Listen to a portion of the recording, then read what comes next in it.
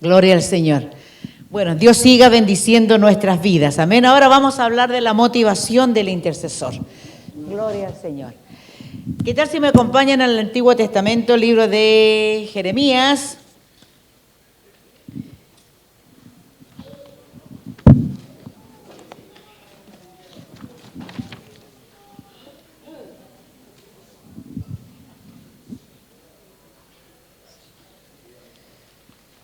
Jeremías capítulo 20.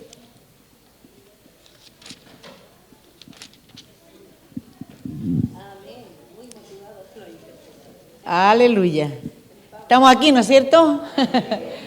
Ahí está la motivación del intercesor. Mire, ¿ve? Cómo está allí la figura de la dama y ahí todos subiendo. La motivación del intercesor. Jeremías 29 dice, y dije, no me acordaré más de él, ni hablaré más en su nombre. Mire la decisión del profeta, ¿no? Una decisión, aunque él tenía quizás razones para poder expresarse de esa manera, porque no es fácil ser profeta. Por eso es que hay que tener harto cuidado cuando uno dice, no, yo soy profeta, yo soy profeta. No es llegar y adjudicarse, ¿no es cierto?, un ministerio y de la envergadura del profeta, porque el profeta es aquel que tiene una palabra de Dios para entregar, ¿no es cierto? Y muchas veces no son palabras halagüeñas, no son palabras como a las que nosotros quisiéramos muchas veces escuchar, oír en nuestras vidas, sino que los profetas, por lo menos que los que encontramos aquí en las Escrituras, eran hombres de Dios que tenían una palabra bien específica para la nación de Israel. La nación de Israel no era cualquier tipo de nación, no era cualquier tipo de pueblo. Era un pueblo que vio las maravillas de Dios de una manera, pero tan real, tan tangible, tan visible, ¿no? Pero aún así todo también era un pueblo, si no me equivoco, en el mismo Jeremías al comienzo, cuando Dios lo llama, le dice, no te levanto como profeta a cualquier pueblo o sobre cualquier nación, sino que sobre un pueblo rebelde, le dice. Y la palabra rebelde la menciona varias veces, adjudicándosela precisamente al pueblo de Israel. Pero no tengas miedo, le dice, porque yo te levanto, ¿no es cierto?, te posiciono, te doy autoridad, te doy firmeza, te doy gracia, muchas cosas que Dios dio al profeta para que el profeta pudiese enfrentar, ¿no?, un liderazgo profético en medio de una nación, por decirlo de una manera ingrata hasta cierto punto, ¿no?, porque fue una nación privilegiada en aquel tiempo, en aquella época, en sus inicios como, sin ser ante una nación, era una familia, ¿no? De una familia fue creciendo hasta ser una nación, un pueblo, ¿no? Un pueblo que vio la mano de Dios de una manera tan real, tan tangible, pero era un pueblo que fácilmente se olvidaba de Dios. Y sobre ese pueblo es que Dios levanta al profeta, y por eso llega un momento en que el profeta no quiere continuar prácticamente en el ministerio profético, porque el ministerio profético para él como persona le fue un poco ingrato, porque no era bien visto, ¿no? Lo único que los israelitas querían era que no hablara, que guardara silencio, porque sabían que cada vez que el profeta abría su boca traía una palabra, ¿no?, correccional, una palabra de juicio, ¿no?, una palabra de amonestación al pueblo. Entonces ya el pueblo no lo quería ver prácticamente a Jeremías. Y Jeremías, aunque era profeta, un hombre de Dios, no dejó nunca de ser una persona, igual que usted, igual que yo. Una persona con sentimientos, ¿no es cierto?, emotiva, sensible, y que las cosas le llegaban, pues, las cosas le dolían, porque era de carne y hueso. Y por eso que en un determinado momento él dice, Señor, ya no quiero más, no quiero más. Dije, no me acordaré más de él, o sea, hablando de Dios, no me acordaré más de Dios. Voy a vivir mi vida totalmente aparte de él, no me acordaré más de él. Y mucho menos voy a hablar más en su nombre. Pero acá viene un no obstante, ¿no?, que es como el momento de la reflexión, el momento, dice, había en mi corazón como un fuego ardiente metido en mis huesos. O sea, no era superficial el hueso, no era sobre piel, metido dentro de mis huesos. ay, traté de sufrirlo, dice, pero no pude. Y viene finalmente la rendición del profeta ante Dios de continuar siendo profeta, de continuar siendo un instrumento en las manos de Dios, pese a todo lo doloroso que le era para él ser profeta. Por eso que uno tiene que tener mucho cuidado, y mayormente en estos tiempos donde muchos quizás se levantan, ¿no? Se adjudican un ministerio, y el ser profeta no es cualquier cosa, porque el profeta no anda como acariciando, ¿no? Sino que el profeta va al hueso, pues, o sea, nos encara con nuestra realidad, ¿no es cierto? Nos hace que veamos el momento que estamos viviendo y nos trae a la realidad muchas veces, ¿no? Y era un ministerio que prácticamente sobrepasaba al profeta.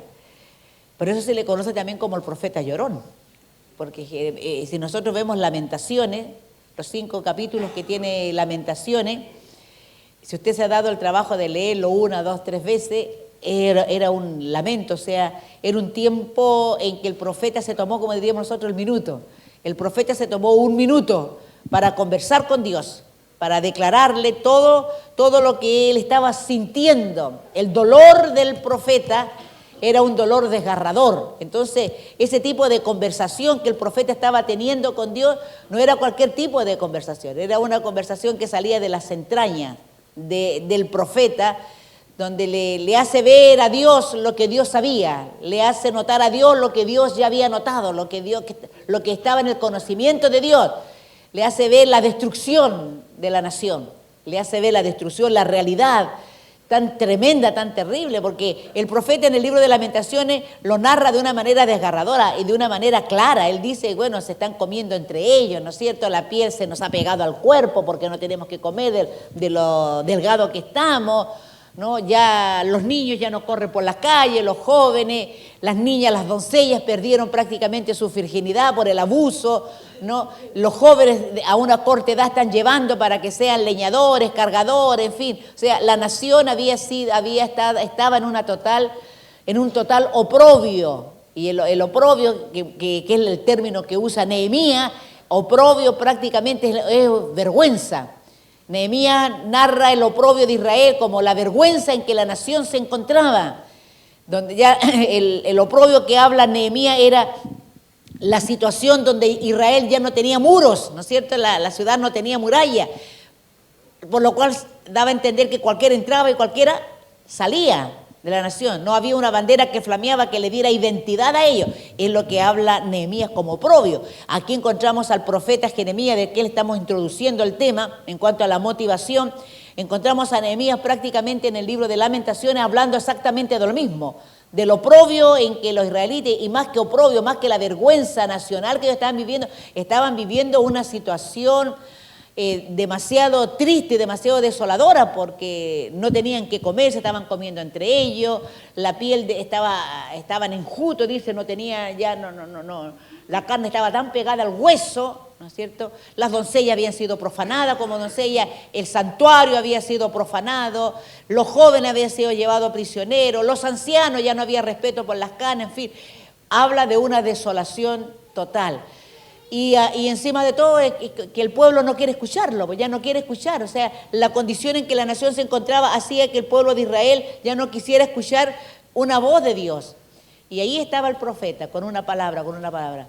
No se olviden que el profeta también fue echado a la cisterna por causa de llevar una palabra de Dios. Fue llevado a la cisterna. En una ocasión el Señor lo dejó mudo para que el pueblo se diera cuenta que había un silencio de Dios para con ellos. O sea, en sí la persona del profeta muchas veces era la realidad de la realidad de Dios para con ellos. Si tenía que andar amarrado, el profeta andaba amarrado para que le enseñara algo visible al pueblo. Si tenía que enmudecerlo y hablar de que ya Dios no quería hablarle, el profeta quedaba mudo de parte de Dios y Dios le soltaba la lengua cuando él quería. O sea, el profeta era el vivo retrato del sentir de Dios para con el pueblo de Israel.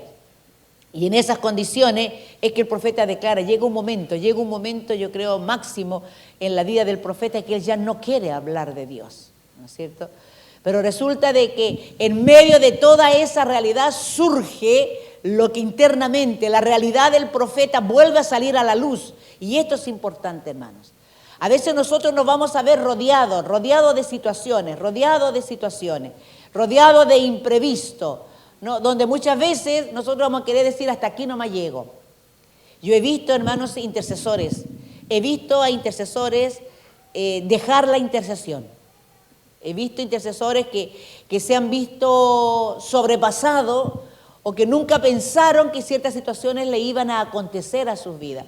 Mire, y lo digo con mucho temor y temblor, y lo digo no para asustar sus vidas, sino que se los digo para que ustedes estén conscientes de su llamado y estén conscientes de su dependencia de Dios. El intercesor dependemos de Dios, dependemos de la palabra. Por eso que en estos 3 años le vamos a dar harto énfasis a lo largo del país a que el intercesor necesita cubrirse con las promesas, necesitamos tomarnos de las promesas.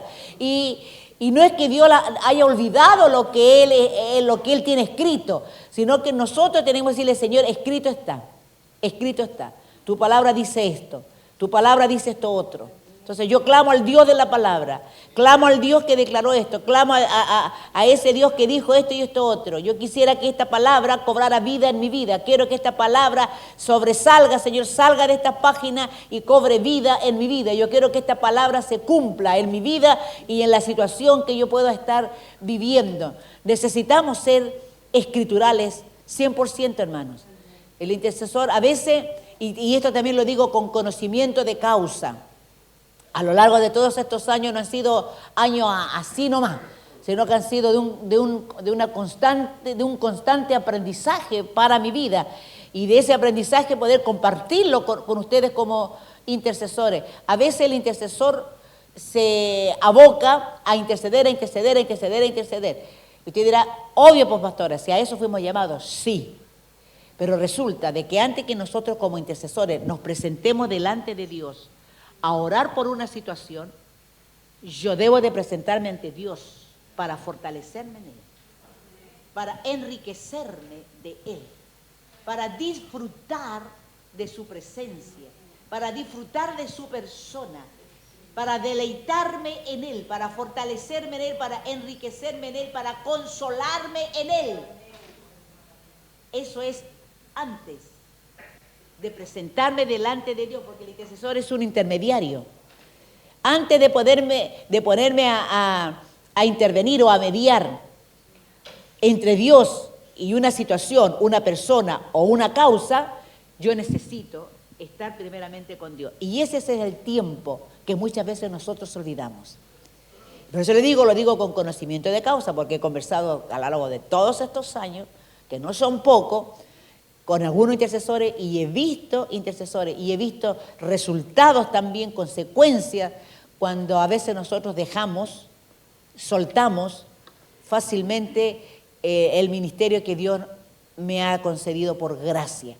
Entonces, vemos aquí a un profeta a punto de desistir, porque era demasiado el peso que él estaba sintiendo sobre su vida, aun cuando Dios le había dicho que él lo hacía fuerte, que le daba frente como de diamante, ¿no es cierto? Y que lo hacía como poco menos que de bronce. O sea, esos términos y ese lenguaje para que nosotros sepamos, ¿no?, de la fortaleza que venía de Dios para con él, para él ejercer ese ministerio. Pero aún así todo, el ministerio profético lo vemos como algo que está sobrepasando en este momento al profeta. Y él dice, ya no quiero continuar. No quiero continuar, Señor. O sea, él dice, Señor, he escuchado que quieren matarme. Incluso he escuchado que dicen por ahí, irámosle de lengua. O sea, que querían cortarle la lengua al profeta. Y él lo dice, está escrito. He escuchado que quieren herirme de lengua. ¿No? ¿Para qué? Para sellar la boca del profeta. Entonces llega un momento en que el profeta dice, Señor, hasta aquí nomás. Yo ya no quiero más continuar. No obstante, ahí está la palabra clave, la palabra que enlaza dos estados de ánimo. Primero el profeta dice, Señor, ya no puedo seguir, no puedo continuar, ¿no? Y después dice, no obstante, hay algo fuerte dentro de mí, que no es superficial, sino que está en lo más profundo de mis huesos. Entonces, ese obstante está uniendo dos estados de ánimo en el profeta. Un estado de desánimo, que era natural sentirlo, porque era persona, ser humano, y que Dios lo entendía perfectamente. Pero ese, no obstante, lo une también con otro estado de ánimo, un estado de ánimo determinante, resolutivo en él, decisivo en su vida, de decir no. O sea, lo que Dios me dio es más fuerte y tiene que superar esto que yo puedo estar sintiendo. Y ahí vemos la motivación que vuelve a resurgir. O sea, el motivo por el cual se recupera prontamente el profeta. Sigamos, mi hermano. Está en 3 versiones, si no me equivoco. NTV, Dios habla hoy, y la nueva traducción del lenguaje actual. Sin embargo, si digo, dice el profeta, nunca mencionaré al Señor, o que nunca más hablaré en su nombre, ¿qué es lo que dice? Su palabra arde en mi corazón como fuego. Es como fuego en mis huesos. Estoy agotado tratando de contenerla, no puedo hacerlo. Dios habla hoy, dice, si digo, no pensaré más en el Señor, no volveré a hablar en su nombre, entonces tu palabra en mi interior se convierte en un fuego que devora, que me cala hasta los huesos. Trato de contenerla, pero no puedo. Lenguaje actual dice, hay días, todos tenemos un día, ¿no es cierto? Hay días en que quisiera no acordarme más de ti ni anunciar más tus mensajes, pero tus palabras arden dentro de mí. Son un fuego que me quema hasta los huesos. He tratado de no hablar, pero no me puedo quedar callado. Qué maravilloso, ¿no? Tan representativo para nosotros, porque muchas veces nos va a pasar así. Ezequiel 22:30 habla de 3 cosas importantes. Ezequiel, vamos a Ezequiel. Esto viene recién nomás, no está escrito. Ezequiel 22:30, para que podamos entender el por qué muchas veces estos estados de ánimo pueden alcanzarnos a nosotros.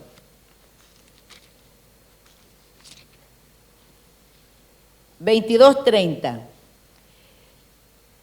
Ese es un versículo que generalmente se usa mucho y que es muy importante para nosotros como intercesores, porque aquí se revelan 3 cosas. Ezequiel 22:30, anote Ezequiel 22:30, y 3 cosas muy importantes. Y busqué entre ellos hombre que hiciese vallado y que se pusiese en la brecha delante de mí a favor de la tierra para que yo no la destruyese, y no lo hallé. Ahora encontramos a otro profeta, no a Jeremías, encontramos a Ezequiel declarando 3 cosas de parte de Dios. Dios hablándole a Israel y diciéndole a Israel. Si usted lee en todo el capítulo 22 de Ezequiel, se van a dar cuenta, el mismo subtítulo lo dice, los pecados de Jerusalén. ¿No? Si usted lo lea, trate de leerlo en su casa todo el capítulo. No es muy largo como para que usted diga que no puede leerlo, pero léalo para poder entender el versículo 30. Llegamos al versículo 30 y dice, y busqué entre ellos, en virtud a qué Dios busca. Aquí encontramos, punto número 1, el llamado de Dios. Es Dios el que busca. Es Dios el que busca, ¿no? Y lo busca en virtud a qué? A una realidad, a una situación relevante, a una situación de importancia, a una situación donde se requiere una intervención. En el capítulo 22 estamos encontrando una realidad, y como le digo, léalo, una realidad del pueblo de Israel. El pecado de Israel ya había sobrepasado, había alcanzado a reyes, había alcanzado incluso hasta profeta, había alcanzado sacerdote, a todos en el pueblo. Y por eso que Dios, a través de Ezequiel, dice, busqué. Dios se ve en la necesidad de buscar a alguien. Encontramos número 1 llamado, busqué, dice el Señor. Encontramos nosotros aquí un propósito. Número 2, propósito. Que hiciese vallado, ¿no? Y que se pusiese en la brecha delante de mí a favor de la tierra. O sea, el propósito es hacer vallado y clamar a favor de la tierra. Propósito. Posición. O sea, ¿cuál es la posición del intercesor? La brecha. Encontramos tres cosas en este versículo. Llamado, posición y propósito. Llamado, posición y propósito.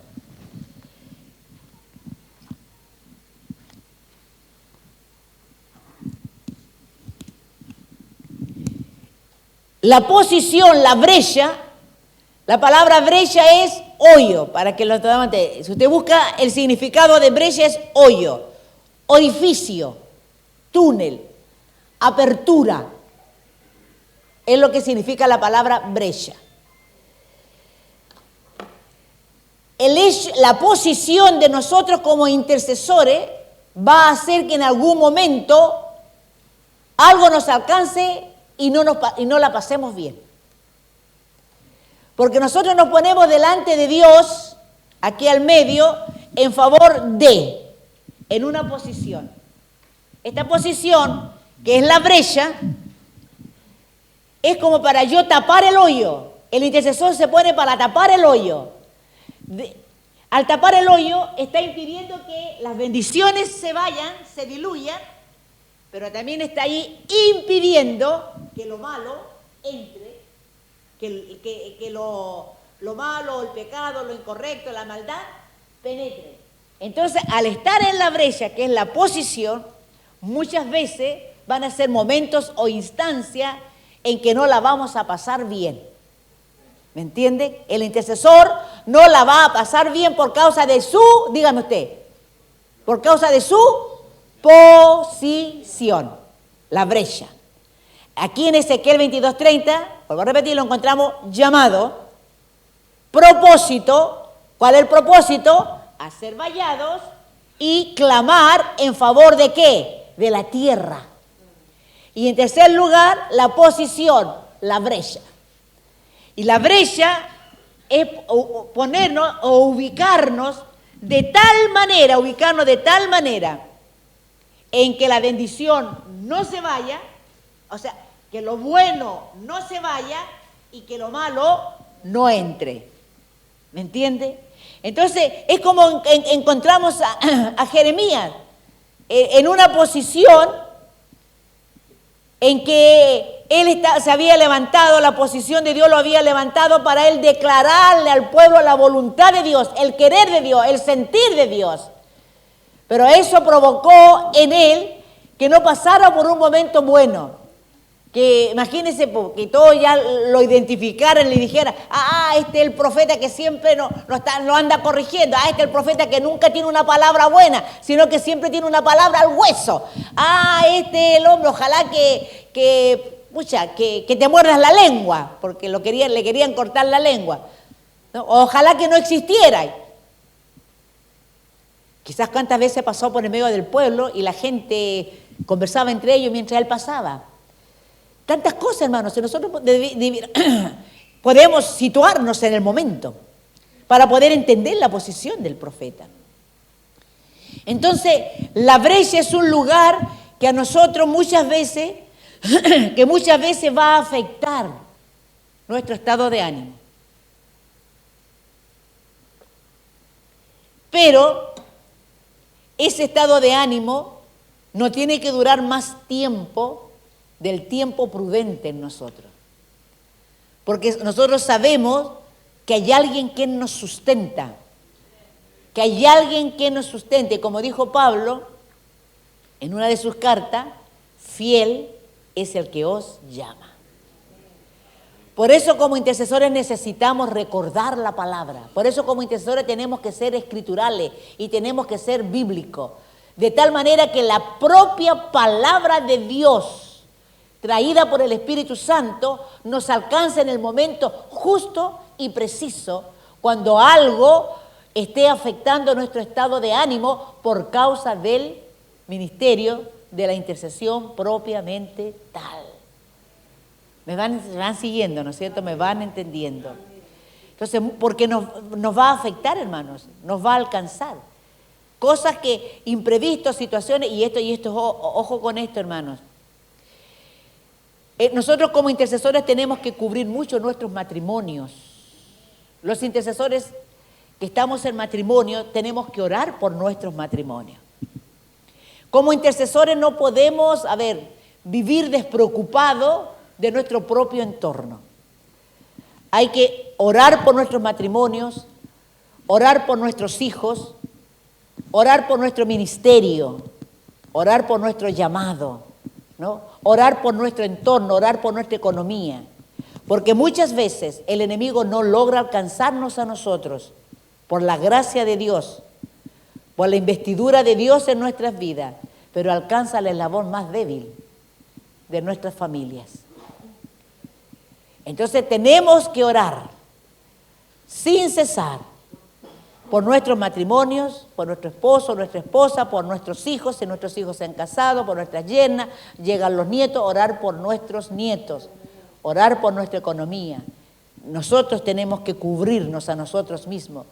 Oremos por nuestra salud, ¿no es cierto? Porque son los puntos débiles que el enemigo, a través de los cuales el enemigo va a querer afectar nuestro estado de ánimo o va a querer introducir la desmotivación. Entonces nosotros tenemos que permanecer unidos a Cristo. Jesucristo dijo, no me elegisteis vosotros a mí. Juan 16, 15, 16. No me elegisteis vosotros a mí, sino que yo os elegí a vosotros para que vayáis y llevéis fruto y vuestro fruto permanezca. Porque separados de mí, nada podéis hacer. Entonces, como intercesores, hermanos, necesitamos reconocer, si es que hasta aquí no lo habíamos hecho, necesitamos reconocer que necesitamos de una total y absoluta dependencia de Dios, porque solamente somos instrumentos. Y Él es el que nos ha llamado, Él es el que nos ha constituido, Él es el que nos ha escogido, Él es el que nos ha brindado la oportunidad, hermanos, de servirle. Y Él es el que tiene que hacer uso de mi vida. Entonces tenemos que estar en una constante comunión con el Señor. Bien, sigamos, hermanos. Aquí vamos a definir los términos para poder entender. Motivación es la acción y el efecto de motivar, o sea, que hagamos lo mismo. Entonces veamos, ¿qué es motivar? Motivar, dice, es dar una causa o dar un motivo, después vamos a definir motivo, para algo. Es influir en el ánimo de alguien para que proceda de un determinado modo. Motivar es animar, es estimular, es mover y es impulsar. De la palabra motivación se aparecen tres términos, o sea, motivación, motivar y motivo.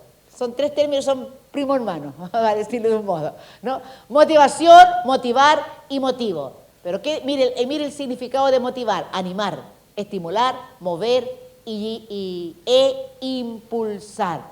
Es lo que debe haber en nosotros, ¿no? Pues es la motivación del intercesor. ¿Qué nos anima como intercesores, hermanos? ¿Qué nos impulsa como intercesores? ¿Qué me mueve a mí como intercesor? ¿Qué es lo que a mí como intercesor me está estimulando? Sigamos, hermano. Motivo es lo que a mí me mueve o lo que tiene eficacia o virtud en mi vida para moverme. ¿Qué es lo que me mueve? Motivo es una causa o una razón que me mueve para algo. Mire ahí cómo le da ánimo, ¿eh? La niña le da ánimo a él para que se mueva. Algo, dice, el motivo es algo como una necesidad o un deseo que impulsa a una persona a actuar. Es lo que le pasó a Jeremías, ¿no es cierto? Había en él tenía una necesidad de servir a Dios, había un deseo ferviente, fervoroso en él, que lo impulsó a seguir actuando, a seguir siendo, ¿no es cierto?, ese instrumento en las manos de Dios. Sigamos, hermano. Sinónimos: impulso, incentivo. Mire lo que es, hermano, la motivación es un aguijón y es una espuela. Entonces son sinónimos. Aguijón es una púa. ¿Y qué es lo que es eso? Eso que clava, que quieras o no, lo mueve, ¿no es cierto?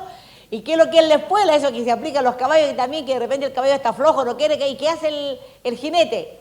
Con la cabalgadura, ¿no es cierto? Le provoca algo al caballo que lo mueve, ¿no? Que lo motiva, querarse o no, lo motiva. Y todo eso, fíjese, impulso, incentivo, aguijón y espuela son los sinónimos, ¿no?, de la palabra motivar o motivación.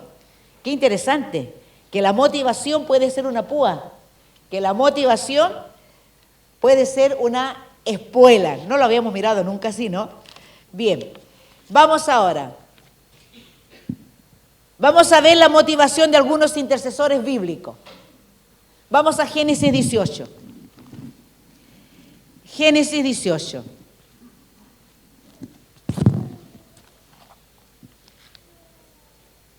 Verso 16 en adelante. La motivación de Abraham para interceder por Sodoma y Gomorra.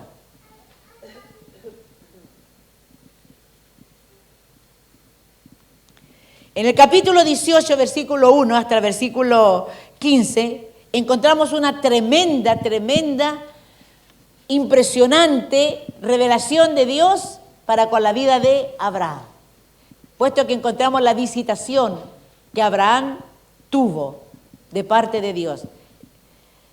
Una motivación, dice aquí, se le apareció Jehová en el encinar de Mamre. ¿Dónde estaba Abraham? Estaba sentado a la puerta de su tienda. ¿En qué tiempo? En un tiempo caluroso, en el calor del día. Era la posición de Abraham, una posición, estaba en una posición de descanso, ¿no?, de relajo, de comodidad. Él estaba a las puertas de su tienda al calor del día. Allí se encontraba Abraham, cuando tuvo inesperadamente una visita sobrenatural, una tremenda revelación. Dios le visita. Y qué bueno que él se dio cuenta que era Dios. ¿Por qué razón? Porque la palabra "y corrió" se repite como 3 veces, 3 o 4 veces aparece el término correr. O sea, la prontitud, lo prisa que se encontraba. Por ejemplo, en el versículo 2 dice, y cuando los vio, salió corriendo, dice, salió corriendo. Después dice en el versículo 6, entonces Abraham fue de prisa. Y dice, y le dijo, toma pronto, prontitud. Verso 7, y corrió Abraham a las vacas, ¿no? Y tomó un becerro tierno y bueno y lo dio al criado, y este se dio prisa a prepararlo. Son los términos que se usan en este capítulo para dar a entender, y esto es importante, hermanos, que frente a una revelación, a una manifestación de Dios, ¿cuál debe ser nuestra actitud? ¿Cuál debe ser nuestra reacción? Frente a una experiencia tan única, tan especial, tan personal que estaba teniendo Abraham, en él se obtiene la actitud correcta, una actitud de prisa. Él corre, se levanta, ¿no? Le da urgencia a lo que él iba a hacer por causa de la visita que había tenido. Miren, esta revelación de hecho, generó algo diferente en Abraham. Generó algo diferente, también nos revela el concepto que Dios tenía de Abraham. He de ocultarle algo, dice Abraham. Isaías dice que narra a Dios como amigo de Abraham. Abraham fue una persona que cultivó, y esto es importante, hermanos, anótelo por ahí, yo debo como intercesor cultivar una amistad diferente con Dios. Cultivarla. Abraham cultivó una amistad, una relación personal con Dios. La cultivó, no es de la noche a la mañana. Y nosotros tenemos que proponernos cultivar como intercesores una amistad con Dios. Que no solamente sea pedirle, sino que también sean tiempos en que yo le declare mi amor al Señor, que yo pueda tener para Él palabras hermosas, palabras que broten de un corazón agradecido, de un corazón sensible, de un corazón humillado, inclinado delante de Él. Abraham tuvo esa experiencia de ser considerado un amigo de Dios, porque él cultivó, se preocupó de tener una amistad con Dios, de hacer de Dios su amigo. Y este es el gran desafío para nosotros como intercesores, que con el tiempo vayamos creciendo y madurando como intercesores y vamos dándonos cuenta que mi comunión con Dios es una comunión de amistad con Él. Y esa visita provocó también algo dentro de la vida de Abraham, a tal punto que él entendió. Entonces aquí vemos la motivación. ¿Con qué motivación? ¿Qué motivó a Abraham como intercesor a clamar, a presentarse delante de Dios? Porque Abraham fue advertido de la premura de Dios de visitar con propósito a Sodoma y Gomorra. Era una premura, era una urgencia de Dios llegar a ese lugar y dictaminar ¿qué cosa? Sentencia contra Sodoma y Gomorra. ¿Qué lo motivó? Y aquí vienen los motivos. ¿Qué nos motiva a nosotros a interceder? Aquí nosotros vemos el afecto fraternal de Abraham. El amor que él sentía por su pariente, pero también el amor hacia las almas, hacia las personas que estaban en Sodoma. Entonces, esa es una motivación correcta, intercesores, que es muy importante, el amor.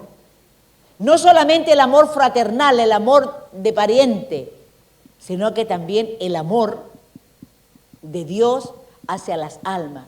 Y la otra motivación era que se manifestase la justicia de Dios. Señor, si hay 50, Señor, si hay 45, Señor, si hay 40, si hay 35, si hay 30, si hay 10, si hay 5, fue bajando la cantidad, ¿no? Entonces, qué importante, y por eso que nosotros oramos, hermanos, intercedemos con la motivación del amor. Debemos de amar. Amar a las personas o hacer también que se manifieste la justicia de Dios en una nación, en una situación o en una circunstancia. Era la motivación que había en el corazón de Abraham. El amor fraternal hacia su sobrino Lot, pero también había amor por las almas. Señor, 50, 45, amor por las almas. Y que se manifestase la justicia de Dios en ese lugar. Encontramos 3 elementos, usted puede encontrar más, el Espíritu Santo puede inspirarle, ¿no? Y hacerle ver lo que yo no he visto, lo que no he entendido. Acuérdese que la palabra de Dios es viva y eficaz. A usted le va a hablar de una manera, a mí de otra, conforme a la necesidad de cada uno de nosotros, ¿no? Usted puede escuchar, ¿cuántas predicaciones no hemos escuchado de Génesis 18? Pero no todas las predicaciones dicen exactamente lo mismo, porque la palabra de Dios es una palabra viva. Amén. Entonces puede que usted, el Señor le revele otra motivación en la vida de Abraham. Pero Abraham era el amor fraternal, el amor por las almas y la manifestación de la justicia de Dios. Esto tiene que darse a nosotros también, hermanos, como motivación. Moisés, vamos a Éxodo capítulo 17. Éxodo 17.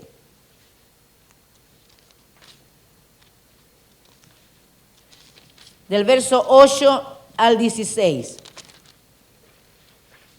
La guerra con Amalek. Aquí vemos un tremendo cuadro. Vemos a Josué en el campo de batalla. ¿No es cierto? Josué estaba, como diríamos nosotros, donde las papas arden, donde las papas queman, ¿no? Estaba en la guerra misma, en el enfrentamiento físico propiamente tal. Allí estaba Josué. Moisés estaba en otra posición. Moisés subió al monte, a la cumbre. ¿A qué cosa? A orar, a interceder. Y al lado de él habían 2 personas más, Aarón y Hur. O sea, en esta situación encontramos 4 personas. A Josué en el campo de batalla y en el monte a Moisés y a Aarón y a Hur a su izquierda y a su derecha. Había una pelea, había un enfrentamiento, era un momento de derramamiento de sangre, como los que hoy existen. Hoy en día todavía tenemos guerra, o todavía está en guerra ¿quién? Israel. Hoy en día está en guerra ¿quién? Todavía Rusia con Ucrania, que están en ciertas entrevistas los dos presidentes. Hace poco se desató una guerra entre India y Pakistán, donde hay misioneros nuestros y otros más. Guerras. Ellos están allí en un enfrentamiento bélico. ¿Dónde estamos nosotros como intercesores? ¿Qué me motiva a mí? Frente a nosotros no podemos decir, a fin de cuentas Chile no está involucrado. Que sería una opinión quizás para muchos, normal. Chile no está, qué bueno.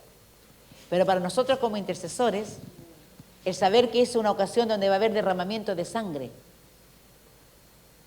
donde una guerra nada bueno trae, hermanos. La guerra es lo más triste, lo más doloroso. Mueren papá y mueren mamá y quedan niños huérfanos, muchos niños huérfanos.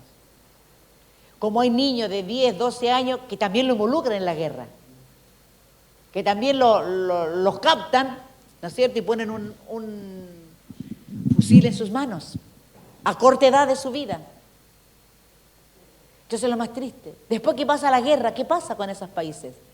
Quedan en una pobreza tremenda, hermano, donde pasan años en poder recuperarse. Qué tremendo, hermanos. ¿Cuál era la motivación de Moisés, hermanos? Al interceder. Moisés intercede. ¿Sabe? La motivación de intercesión de Moisés era que el nombre de Jehová fuese exaltado y fuese reconocido. Que esa nación, los amalecitas, pudiesen reconocer que Dios es un Dios grande y era el único Dios verdadero. Y que era el Dios de Israel, que era el Dios que amparaba y peleaba por Israel. La motivación era que realmente el nombre de Dios fuese exaltado. ¿Por qué intercedía? Por amor al pueblo de Israel. Oraba por amor al pueblo de Israel. ¿Por qué más intercedía? Que Israel una vez más experimentara la victoria. Y que Israel aprendiese a depender de Dios. Y que Amalek, ¿no?, y cualquier otra nación vecina que estaba consciente de lo que estaba pasando, pudiese reconocer el poder de Dios. O sea, había muchas motivaciones por las cuales encontramos a Moisés intercediendo.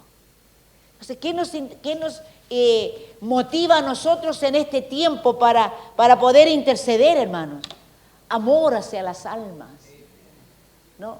Que el mundo entero pueda reconocer que hay un Dios todopoderoso, grande, fuerte, ¿no?, que puede solucionar problemas, que hay un Dios que está vigente hoy día y que es el verdadero y único Dios que puede traer solución a las necesidades, que puede traer advenimiento entre las naciones que están en pugna, que puede aclarar las mentes que están cerradas y que están en tiniebla, que el hombre pueda entender que hay un Dios que puede ayudarle a solucionar los problemas entre naciones y que no necesariamente paren en una guerra. Nosotros necesitamos, hermanos, orar con la motivación de que la gente se vuelva a Dios. La gente está marcando mucha distancia entre ellos y Dios. Mire, el otro día conversaba con una niñita van primero, no, debe tener como 16, 17 años. Tuvimos un culto evangélico de mujeres, celebramos el Día de la Madre, tipo evangelístico. Cada mamá llevaba a una persona en conversación y una mamá llevó a su hija, como de 16 años. Yo sin decirle absolutamente nada, yo prediqué y después me fui a sentar y ella me buscó, se sentó al lado mío. Sin yo preguntarle absolutamente nada, ella me dijo, yo quiero que usted sepa, me dijo, que yo soy agnóstica. Bien, le dije yo, está bien. Y me dijo, yo creo en lo que veo, me dijo, yo creo en la ciencia. Bien, pues. Le dije, pero yo quiero que tú sepas que a donde tú con la ciencia llegas, más allá de donde tú llegas con la ciencia, mi fe va. Porque tú sabes, le dije, que hay muchos doctores que dicen, señora, la ciencia médica hasta aquí no me puede decir, no hay nada más que hacer. Tú lo has escuchado, ¿no es cierto? Sí, porque ella está en un liceo donde técnico, entonces está en enfermería. Sí, me dijo, ya pues, entonces le dije, yo quiero que tú sepas, a donde tú llegas con la ciencia, yo con la fe puedo ir mucho más allá. Y ella se me dio la cabeza nada más. Pero a cada rato me repetía, yo soy agnóstica. Yo respeto mucho y me dijo, yo no creo en religión. Es que le dije yo tampoco creo en religión. Yo creo en Cristo. Entonces le dije, porque la religión puede ser, le dije yo, un pensamiento humano, no una doctrina humana, le dije yo, pero yo creo en Cristo, que da vida, que es diferente. Entonces le dije, mira, tú estás recién iniciándote. Así que no te quepa la menor duda, le dije, que si empezamos a orar por ti, le dije, Dios puede cambiar tu realidad, tu pensamiento. Entonces, y a cada rato me dice, yo soy agnóstica, yo creo en lo que la ciencia me dice. Perfecto. Entonces, a lo que yo voy, hermanos, es que nosotros como intercesores tenemos que orar por una juventud que está siendo mal influenciada. Nuestra motivación. Miren, nuestros niños en mi tiempo que yo me convertí, casi nadie iba a la universidad. Pues en ese tiempo como que la universidad no estaba para nosotros los evangélicos. Por eso es que nos decían que nosotros los evangélicos éramos los pobres, ¿no es cierto? Los ignorantes. Hoy día, por misericordia, ¿no es cierto? Y no sé qué más podría decir. Pero nuestros jóvenes de la iglesia, si no están bien fundamentados, entran con fe y salen ateos de la universidad. Salen con un título, pero ya no salen creyendo en Dios. La influencia que tienen en la universidad, tantas corrientes de pensamiento, roban la fe. Entonces hay muchos de nuestros hijos que van, o hermanos de la iglesia, pues ya no regresan a la iglesia. ¿Me entiende? Se vuelven profesionales y de ahí labran su vida. Y se olvidan totalmente de lo que un día ellos escucharon en la iglesia. Aunque nosotros sabemos, como dice la palabra, instruye al niño en su camino y aun cuando fuere viejo, no se apartará de él. Aunque muchos niños están apartados de Dios, pero hay una palabra. ¿Cuál semilla fue sembrada en ellos? Entonces, ¿cuál es nuestra influencia, hermanos? O sea, y nuestra oración, nuestra motivación. Orar para que la semilla que fue plantada en el corazón de tantos niños, de tantos adolescentes que hoy no perseveran, empiece a dar fruto en ellos. Empieza a dar fruto. Entonces, nosotros tenemos que orar, hermanos, que el nombre de Cristo sea enaltecido. Era la intercesión de Moisés, que Israel tuviera victoria, que Israel prevaleciera sobre los amalecitas, que los amalecitas, cual pueblo que toda la vida tuvo problemas con Israel, que los amalecitas pudiesen reconocer de una vez por todas que era Jehová de los ejércitos el que peleaba en favor de Israel, ¿no? Entonces, la motivación, ¿qué nos motiva a nosotros como intercesores a orar? Hemos estado orando harto por Chile, nosotros estamos orando harto por Chile en el norte, ¿no? Y por esta ley de igualdad de género. Y ahora no sé si maneja usted la información de que hubo un acuerdo unánime en la Cámara de Senadores y Diputados. ¿La tiene ese video? No, se la voy a hacer llegar. Donde suspenden esto, que no va a prosperar. Pero resulta que en el tiempo que estuvo vigente ya causó problemas, porque ahora hay que orar por todos aquellos niñitos que entraron en un programa de inyectarlo con hormona para cambiar de sexo. Ya hay una cantidad de niños que entraron afectados, que entraron en ese programa. Hay cuantos papás que autorizaron a sus hijos para hacer la transición de sexos, el cambio de sexo. Pero ya no va a seguir, y eso es para darle gloria a Dios, pero la motivación es de salvaguardar a nuestros niños.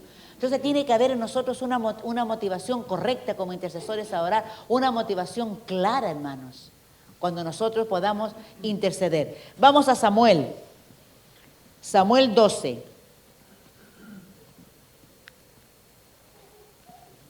Samuel capítulo 12. Primera de Samuel 12. Primera de Samuel 12, del 16 al 25.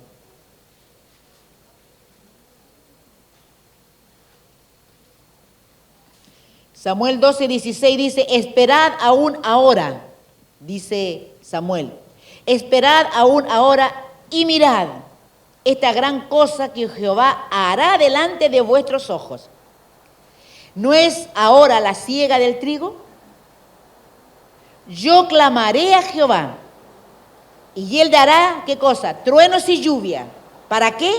Para que conozcáis y veáis que es grande vuestra maldad que habéis hecho ante los ojos de Jehová, pidiendo para vosotros rey. Y Samuel clamó a Jehová, y Jehová dio truenos y lluvias en aquel día, y todo el pueblo tuvo gran temor de Jehová, pero también de Samuel. Entonces dijo todo el pueblo a Samuel, ruega por tus siervos a Jehová tu Dios, para que no muramos, porque a todos nuestros pecados hemos añadido este mal de pedir rey para nosotros. Y Samuel respondió al pueblo, no temáis, vosotros habéis hecho todo este mal, pero con todo eso no os apartéis, le dice, de en pos de Jehová, sino servirle con todo vuestro corazón. No os apartéis en pos de vanidades que no aprovechan ni libran, porque son vanidades. Pues Jehová no desamparará a su pueblo por su grande nombre, porque Jehová ha querido haceros pueblo suyo. Así que, lejos sea de mí que peque yo contra Jehová, cesando de rogar por vosotros. Antes os instruiré en el camino bueno y recto. Solamente temed a Jehová y servidle de verdad con todo vuestro corazón. Pues considerad cuán grandes cosas ha hecho por vosotros. Mas si perseverareis en hacer mal, vosotros y vuestro rey pereceréis. ¿Cuál fue la motivación del profeta Samuel, hermanos? ¿Qué lo motivó a orar por Israel? Lo oró, él oró, intercedió ante Dios. ¿Para qué? Para que el pueblo reaccionara y se diera cuenta que el haber pedido rey no estaba dentro de la voluntad de Dios. El haber pedido rey era prácticamente desconocer la intervención de Dios en medio de ello, ¿no? Y era la intención de vivir como un pueblo, como las demás naciones, no como un pueblo bajo la autoridad y la sujeción de Dios. Y él intercede para que el pueblo tenga una reacción, y el pueblo reacciona. ¿Por qué razón? Porque Samuel pidió específicamente de que Dios se manifestara a través de trueno, lluvia, relámpago, no sé, que hiciera notorio al cielo sobre ellos, para que ellos pudieran darse cuenta que fue algo que no agradó a Dios y fue algo que se tornaba en contra de ellos el haber pedido un rey. Hermano, qué triste tiene que haber sido para Dios que Israel se despojara de él, que Israel desconociera a Dios como rey, sabiendo el pueblo que Dios se había manifestado tantas veces y de tantas maneras diferentes se había manifestado en medio de ellos. Y ahora el pueblo era, como diríamos nosotros en el buen chileno, le estaba pegando la desconocida a Dios. Ahora, la motivación de Samuel en nosotros, ¿cómo puede afectarnos a nosotros? Hoy en día, amados hermanos, la iglesia de nuestro Señor Jesucristo sobre la faz de la tierra está experimentando un tiempo no bueno. La iglesia está siendo afectada. Mire, yo estuve en una reunión el año 2024, no, como a mediados del año 2023, en una reunión de FRAMAD, la Fraternidad Hispana Mundial de las Asambleas de Dios, con otros líderes nacionales de otros países. Y hubo uno de ellos que dijo, y me dolió cuando lo dijo. ¿Qué dijo? Dijo que hay un menosprecio de parte de la iglesia hacia la oración. Que él veía un menosprecio de parte de la iglesia hacia la oración. Y eso es real. es una frase fuerte, dolorosa, pero real. Porque hoy en día, hermanos, donde uno va, es prácticamente el mismo lamento de nosotros como pastores. La iglesia no quiere orar. Donde más decadencia y pobreza vemos es en la oración dentro de nuestras congregaciones. Para un aniversario la iglesia llena. Para una actividad, no sé, pues de cualquier otro carácter, llena. Convocamos a oración 5, 10, 12, a mucho. Entonces, hermanos, en frente al clamor, a la motivación del profeta Samuel, hermano, es que la iglesia salga de esta condición de pereza, de flojera espiritual en que se encuentra. Porque la iglesia está falta de oración, de intimidad con Dios. Por eso que nuestros líderes no duran mucho tiempo, porque se cansan. Un liderazgo que no tiene oración va a ser de corto tiraje. Todo cristiano que no tiene oración va a durar 1 metro. Porque lo que nos mantiene con vida es la comunión con Dios. Es la intimidad con Dios. Entonces Samuel oraba. Israel estaba menospreciando a Dios.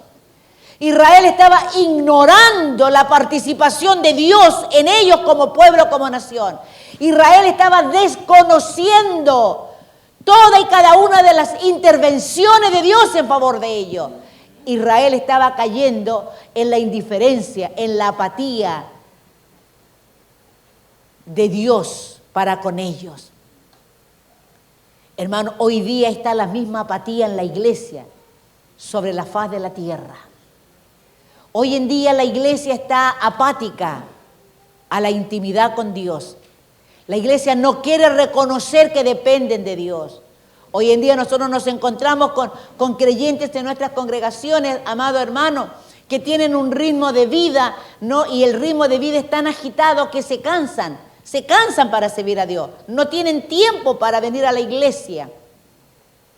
Entonces, conforme a la motivación de Samuel, orar por nuestras congregaciones.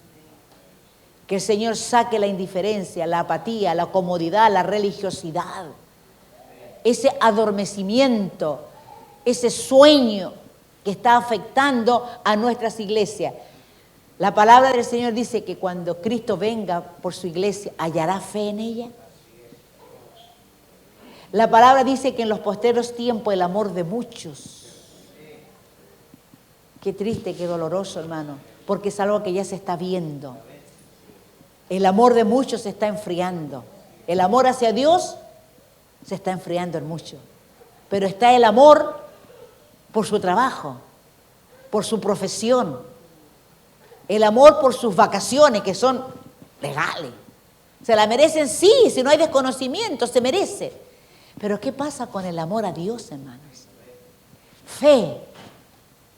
Se está debilitando en muchos. ¿Por qué razón? No es que Dios no me sanó, Dios no obró, Dios no intervino. Pero nosotros le buscamos muchas veces solamente por una necesidad de salud, por una necesidad de bienestar, que Dios me provea. Pero cuando no están esas cosas, yo no lo busco. Y queremos que Dios intervenga, pero no le buscamos. Entonces la motivación de Samuel era que el pueblo reaccionara y se diera cuenta que habían tomado una opción incorrecta. La opción para ellos fue dejar a Dios y nombrarse un rey. Y nosotros tenemos que orar, hermanos, que el creyente tome las opciones correctas, que la iglesia camine en lo correcto, que venga una visitación del Espíritu Santo, hermanos, como nunca. Los intercesores tenemos que orar para que nuevamente surja un de repente, como en el tiempo de la iglesia primitiva. Necesitamos una intervención del Espíritu Santo con urgencia en nuestras congregaciones. Y nosotros como intercesores debemos dar la pelea para que eso suceda.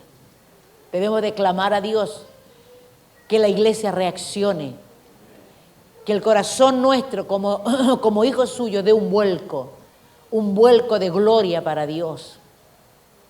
Necesitamos que eso pase. Imagínense, aquí le dice Samuel, lejos de mí esté que yo peque contra Dios, dejando de orar por ustedes. Intercesores, no dejemos de interceder. No dejemos de clamar por nuestros pastores, por nuestro liderazgo, por los diferentes ministerios que están sirviendo al Señor dentro de nuestras iglesias, por la visión de nuestras respectivas congregaciones. Y usted dirá, pastor, y bueno, ¿y quién ora por mí? De eso no le quepa la menor duda, hermano. Nosotros como intercesores nunca debiéramos de preguntarnos, yo vivo orando, ¿y quién ora por mí? No se haga nunca más esa pregunta. Porque Dios, a través del mundo entero, está levantando a otros intercesores y le está dando su nombre y su apellido. Y le está mostrando el rostro suyo, así como comenzó con uno. Yo creo que la pastora Ingrid se aclara igual que yo. Todos los que estamos en la intercesión ya años, nuestras primeras experiencias fueran esas. Para saber si era o no era una intercesión. ¿Qué está pasando? 2, 3 de la mañana, despierto, lúcido. Señor, ¿qué pasa? De repente venía un nombre y un apellido. Señor, ¿quién es fulano y tal? Con nombre y apellido. De repente el rostro de alguien. Señor, esta carita, ¿a quién pertenece? Señor, no tengo nombre, pero por esa cara oro. Donde quiera que sea, Señor, donde quiera que esté, por el oro. Quien quiera que sea, Pedro, no sé, Pedro Serpa, quien quiera que sea. ¿De dónde es, Señor? Y a veces había nombres raros que yo tenía que anotarlo. Entonces significa que eran de allá del oriente, porque ahí están los nombres raros. O era un ruso, no sé, un croata, pero nombres raros. Así fueron nuestros inicios. Entonces eso me viene a decir a mí que hay alguien que está orando por mí. Así que intercesor, demos la pelea, sigamos intercediendo con la motivación correcta. De usted se preocupa Dios. De usted y de mí se encarga Dios. Él está levantando a medianoche a 8, no sé, pues en China, en Rusia, no sé, en Francia hay un francés orando por usted. Un italiano orando por mí, no sé, pero de que alguien está orando, claro que sí. Dios está remeciendo y importunándole al sueño a cuantos para que oren por nosotros. Así que nunca más se preocupe y no lo diga como oye, ¿de mí quién ora? No, diga, por mí hay alguien que está orando. ¿Por qué razón? Porque de mí se encarga Dios.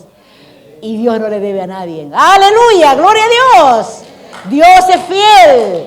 Entonces hay alguien que está orando por nosotros. Créalo, hermano, porque Dios es fiel y Él es justo.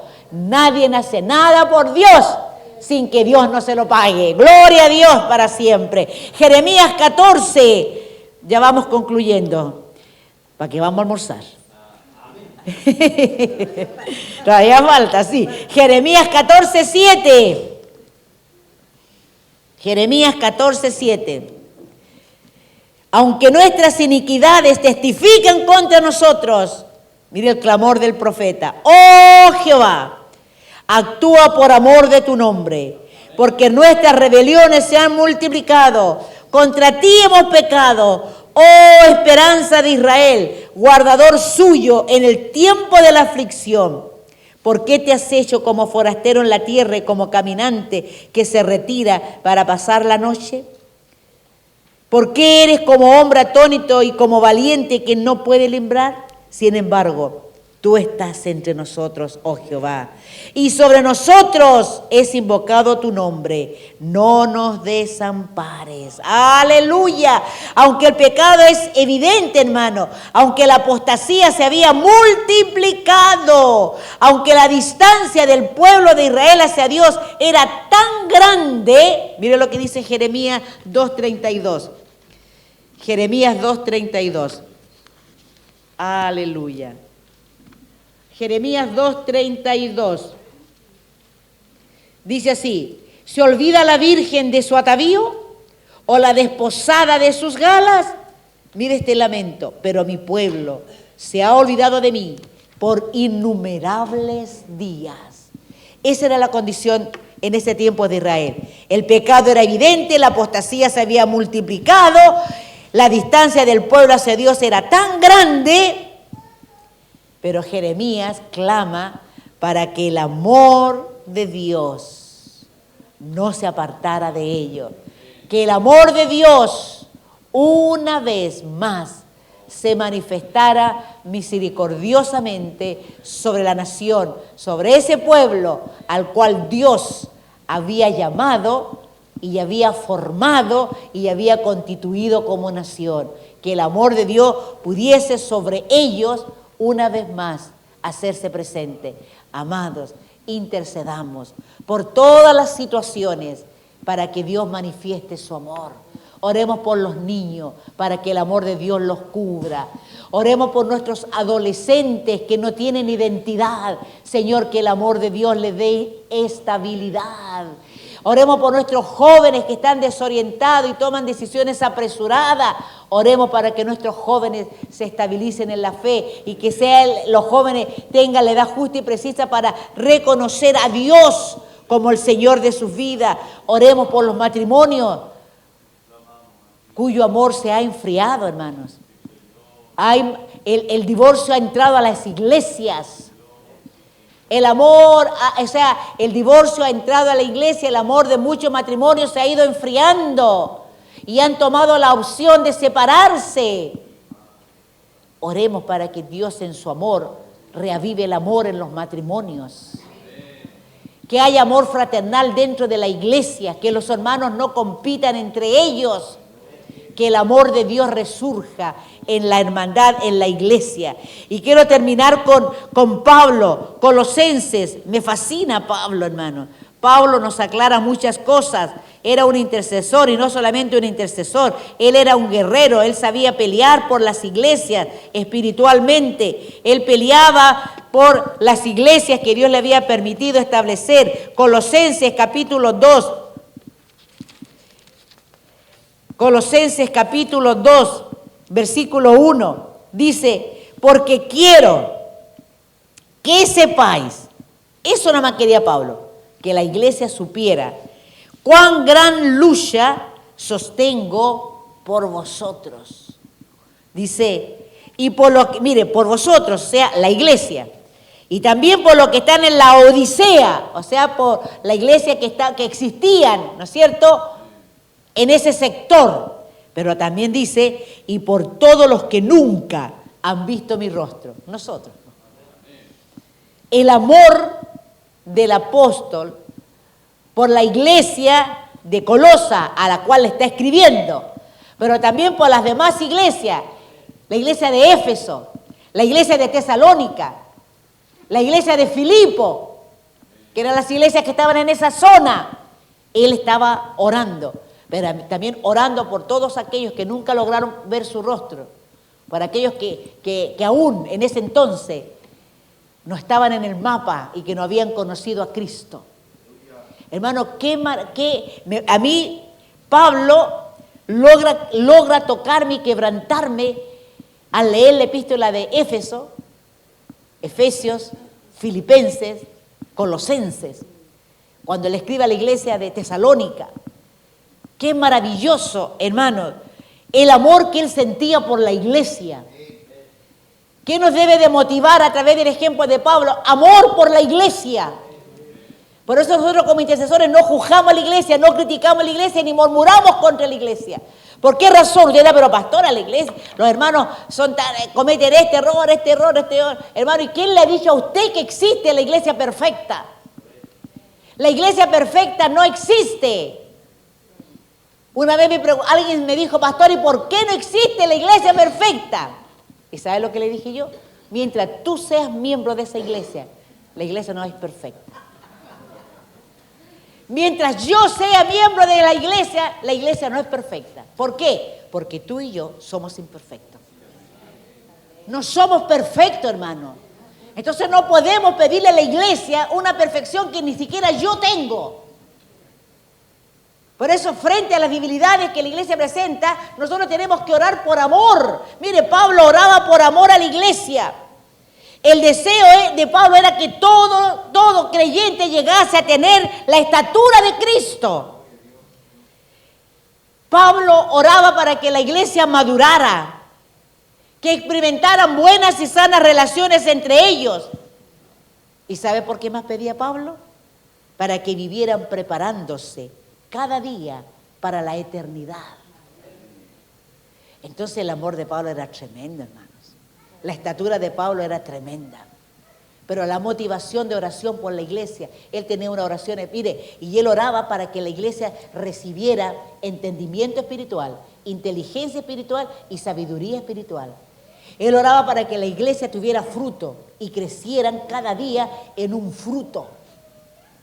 Entonces nosotros tenemos que orar, que mi motivación sea esa, el amor que tengo por la iglesia donde Cristo me estableció, donde Cristo me hizo echar raíces. Yo tengo que orar por amor. Empecemos a mirar con amor a nuestros hermanos, a nuestras hermanas, a orar por ellos con la motivación correcta. Amados hermanos, una pregunta, no sé si está mi hermano, dice, ¿pueden haber motivaciones incorrectas? ¿Podemos nosotros interceder con una motivación incorrecta?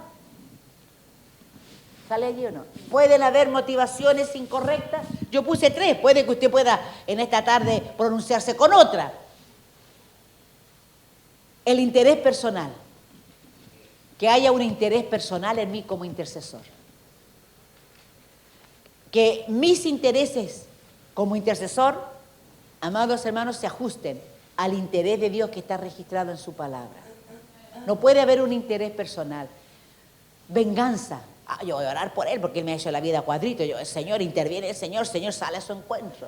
Señor, pon tu mano sobre él. No puede haber, hermanos, una oración con un carácter vengativo o como interés personal de que yo saque alguna ventaja en una situación donde yo estoy esperando o donde yo estoy orando para que Dios intervenga.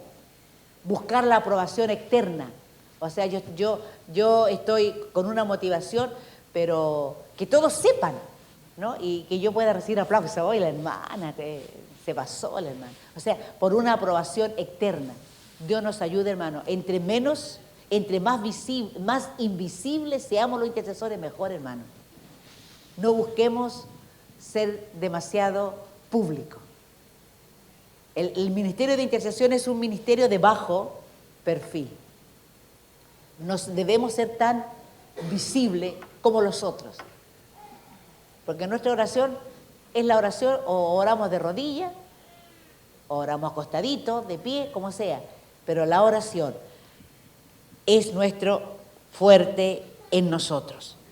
Que no haya motivaciones incorrectas. Yo pude poner 3, interés personal, venganza, buscar la aprobación externa. ¿Se le ocurre a usted alguna otra motivación incorrecta? ¿Algún motivo incorrecto? La venganza puede darse, ¿eh? De repente uno dice, ay, ojalá que Dios, que la buena mano de Dios caiga sobre él, porque él es re problemático. No. Pero ojalá que no haya más y que no existieran. Que nuestra motivación en el momento de interceder sean las correctas. ¿Qué nos motiva a nosotros ahora, hermanos, a interceder? Ojalá que los motivos que hemos conocido de estos intercesores bíblicos sean los motivos por los cuales nosotros también podamos interceder en este tiempo. Cuidémonos, hermanos, para tener la motivación correcta no tenemos que ser ni dispersos ni estar desenfocados. Cuidarnos de estar dispersos y cuidarnos de desenfocarnos. Disperso es una persona que reparte su atención o su esfuerzo entre varias cosas a la vez, de forma desordenada. Y desenfocado es no ajustado a un enfoque, no concentrado, dice, en un punto o en un objetivo. A veces los que tienen máquinas fotográficas le hacen el ajuste preciso, ¿no es cierto? Cuando quieren sacar una foto y la quieren la más nítida posible, le hacen todos los ajustes. Hermanos, como intercesores, tenemos que estar bien enfocados en aquel que nos llamó. El intercesor tiene que ser un intercesor enfocado en Dios, enfocado en la palabra. ¿Qué dice la palabra? La palabra de Dios es la regla de fe y de conducta para nuestras vidas. Y no estar disperso. El intercesor no puede estar disperso, menos en los tiempos difíciles, postreros y peligrosos que estamos viviendo. Tenemos que ser intercesores cabales, intercesores juiciosos, intercesores estables, precisos, moderados, equilibrados, juiciosos, no dispersos. El intercesor no dispara para cualquier lado, no. Entonces, para eso tenemos que nosotros cuidarnos. ¿Hay otra más, mi hermano, o no? No, con eso terminamos. Entonces, cuidémonos, amados, de no ser dispersos y tampoco estar desenfocado. Le invito a que se ponga de pie y demos gracias al Señor por este maravilloso tiempo. Aleluya. Gloria a Dios. Si usted es intercesor, por favor, si usted es un intercesor, como intercesor vino, levante su mano. Aleluya. Gloria a Dios para siempre. Gloria a Dios para siempre. Levante su mano como intercesor. Todos los que han venido como intercesores, levanten su mano. Aleluya. Para yo saber que usted vino como un intercesor. Si usted no levanta la mano, significa que usted vino como un invitado y que no es intercesor. Que vino por primera vez para saber qué es lo que era intercesión. Aleluya. Gloria a Dios. Que los que no han levantado la mano no son intercesores, vinieron para saber qué es lo que es la intercesión. Gloria a Dios. Y espero en el Señor que realmente le haya quedado claro. Voy a orar por todos los que han levantado su mano, que son intercesores. Buen Dios y Padre Celestial, en esta hora, Señor, me presento delante de su presencia para presentar la vida de todos mis amados hermanos intercesores que se encuentran presentes en esta hora. Algunos de ellos, Padre mío y Dios mío, ya tienen años caminando como intercesores. No es su primera jornada, no es su primer retiro, Señor. Tal vez para otro es su primera jornada, su primer retiro, Señor. Mas yo oro por la vida de todos y cada uno de ellos, para que ellos se sientan que son instrumento en tus manos, Señor. Para que ellos sepan y tengan claro que es usted el que hace uso de sus vidas, Padre. Le ruego por cada uno de ellos, Señor, para que ellos tengan la motivación correcta a la hora de interceder. Que sean intercesores enfocados en usted, intercesores, mi Dios amado, que puedan estar lúcidos, claros, precisos, juiciosos, estables, equilibrados, Señor, en el ejercicio de su ministerio en la intercesión. Agradezco por cada uno de ellos, por todo este tiempo en que han permanecido, Señor. Y oro para que tengan largura de vida, Señor, y una trayectoria como intercesores maravillosa en tu nombre. Cristo, te lo pido, mi Dios. Pido también por todos aquellos, Dios mío, que están por primera vez, que fueron invitados y traídos para que ellos tomaran conocimiento de lo que la intercesión es. Oro por cada uno de ellos para que este tiempo haya sido un tiempo valioso para sus vidas y que de una u otra manera usted pueda confirmar su llamado a la intercesión. Si están teniendo sus primeras experiencias, si usted le está despertando a medianoche, mi Dios eterno, si está poniendo rostros o nombre de alguien desconocido, que ellos puedan tener la certeza que es usted el que le está llamando a ser un intercesor. Oro por cada uno de ellos, Padre, en el nombre de Jesús. Gracias, gracias por todos y cada uno de mis amados pastores y hermanos intercesores que están en esta mañana y por cada hermano que está presente. Padre, le agradezco por la vida de cada uno de ellos en esta mañana y oro para que usted les bendiga de una manera sorprendente. En el nombre de Cristo Jesús. Amén y amén. Gloria a Dios para siempre.